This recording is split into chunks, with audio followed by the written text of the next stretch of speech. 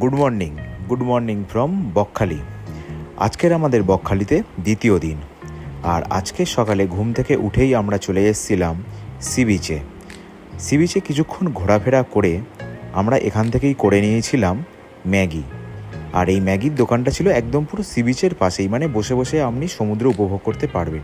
যদিও এই সময় ভাটা চলে, জল অনেকটাই দূরে, তাও এসছি একটা ফিলিংস, আপনি বসে বসে সমুদ্র সৈকত দেখবেন, এইভাবেই আমরা মনে করে আমরা ওখানেই বসে ম্যাগিটা খেয়েছিলাম। তারপরে কিছুক্ষণ আমরা সমুদ্র সৈকতের পাশে হাঁটাচলা করে আমরা চলে এসেছিলাম আমাদের রুমে।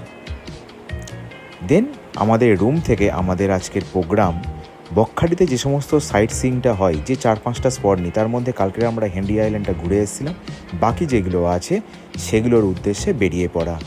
এবং কালকে যে টোটোটা আমাদের ঘুরিয়েছিল সেই টোটোকে ভাইকে ডাকতেই সেও চলে এসেছিল এবং আমরা বেরিয়ে পড়েছিলাম আমাদের বাকি জায়গাগুলো দেখার জন্য।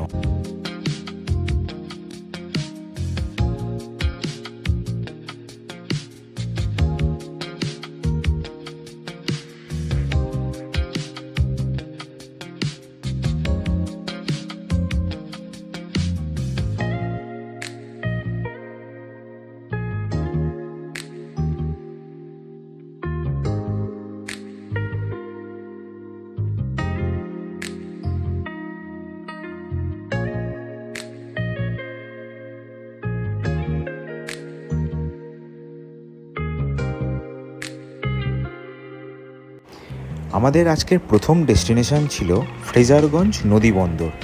এই ফ্রেজারগঞ্জ নদী বন্দরটা হচ্ছে, যে সমস্ত ট্রলারগুলো মাছ ধরতে মাঝ সমুদ্রে যায় তারা বকখালির কাছে এই বন্দরে আসে এবং এখান থেকেই মাছগুলো তারা খালি করে এবং এখানেই আবার বরফ ভরে তেল ভরে নিয়ে আবার নতুন মাছের সন্ধানে তারা বেরিয়ে পড়ে।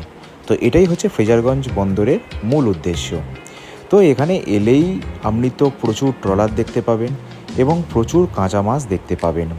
তবে এখান থেকে কতটা মাছ কেনা যাবে সে বিষয়ে আমি সন্দিহান, কারণ এখান থেকে মাছ কেনাটা হয়তো সম্ভব নয়। আপনাকে নামখানা বাজার থেকেই মাছটা কিনতে হবে, আর এখান থেকে যদি কেনেন তাহলে প্রচুর পরিমাণে মাছ কিনতে হবে, অল্প মাছ এখান থেকে দেবে না।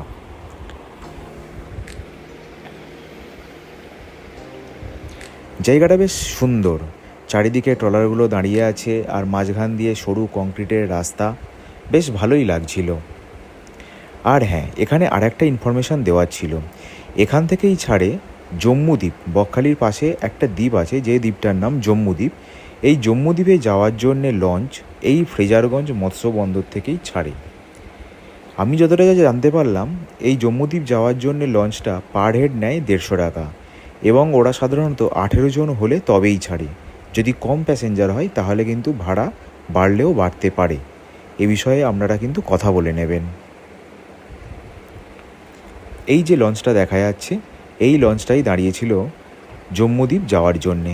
তো আমাদের কাছে ইনফরমেশান না থাকার জন্য আমরা এই প্ল্যানটা করিনি, এটা তোলাই থাকলো, পরে যদি আবার কখনো আসি তখন করব, সব তো একবারে দেখে নিলে তো হয়েই গেল। ফ্রেজারগঞ্জ বন্দর দেখে আমরা বেরিয়ে পড়িয়েছিলাম আমাদের নেক্সট ডেস্টিনেশনের উদ্দেশ্যে।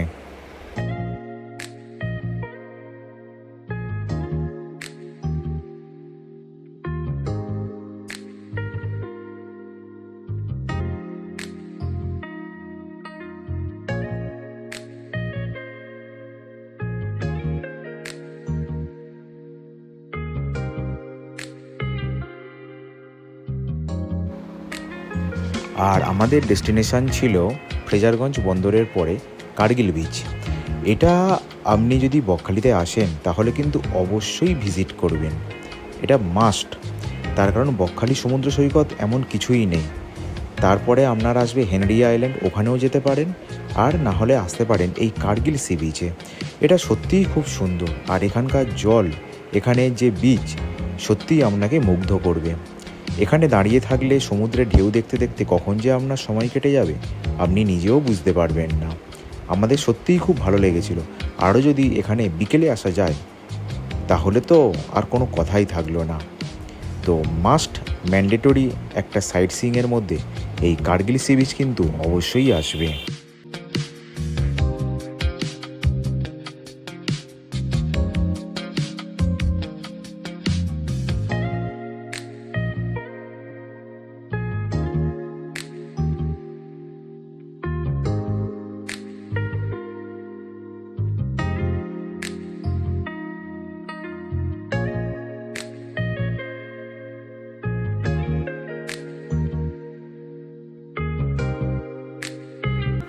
কার্গিল সি বিচের পরে আমাদের নেক্সট ডেস্টিনেশন ছিল ফ্রেজারগঞ্জ দুর্গ বা ফ্রেজারগঞ্জ বিচ বা ফ্রেজারগঞ্জ যে সমুদ্র বাঁধ। এই জায়গাটাকে খুব সুন্দরভাবে ডেভেলপ করা হচ্ছে। আশা করি কয়েক বছরের মধ্যে এটা একটা দর্শনীয় জায়গা হয়ে উঠবে বকখালিতে। এই জায়গাটাও কিন্তু খুবই সুন্দর, আর এখানে সমুদ্রের পাড়ে আপনি দাঁড়িয়ে দাঁড়িয়ে সমুদ্রকে খুব সুন্দরভাবে নির্জনতার সাথে উপভোগ করতে পারবেন। এখানে কাজ চলছে খুব জোর কদমে। 2-1 বছরের মধ্যে এটা কিন্তু অনেকটা সেই দীঘার মতনই হবে, মানে দীঘায় যেরকম বসে বসে পাড়ে বসে বসে সমুদ্রকে দেখা যায়, ঠিক সেরকম।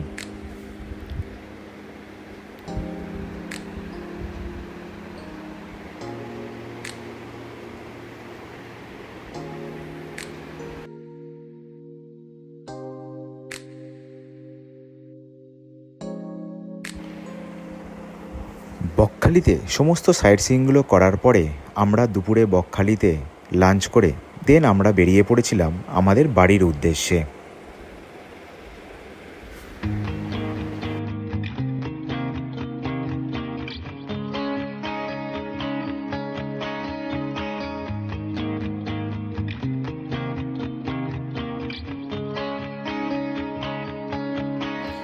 বকখালি বাসস্ট্যান্ড থেকে যে সমস্ত বাসগুলো নামখানা বা কলকাতার উদ্দেশ্যে রওনা দেয়, সেরকম বাসেই আমরা চলে এসেছিলাম নামখানা স্টেশনে। আর এই নামখানা স্টেশন থেকে ট্রেন ধরে আপনি চলে আসতে পারবেন শিয়ালদা বা আপনার বাড়ি যেখানেই হোক না কেন। এই ছিল আমাদের বকখালির গল্প। দেখা হচ্ছে পরের কোনো ভিডিওতে, পরে নতুন কোনো সিরিজ নিয়ে। ততদিন ভালো থাকবেন, সুস্থ থাকবেন।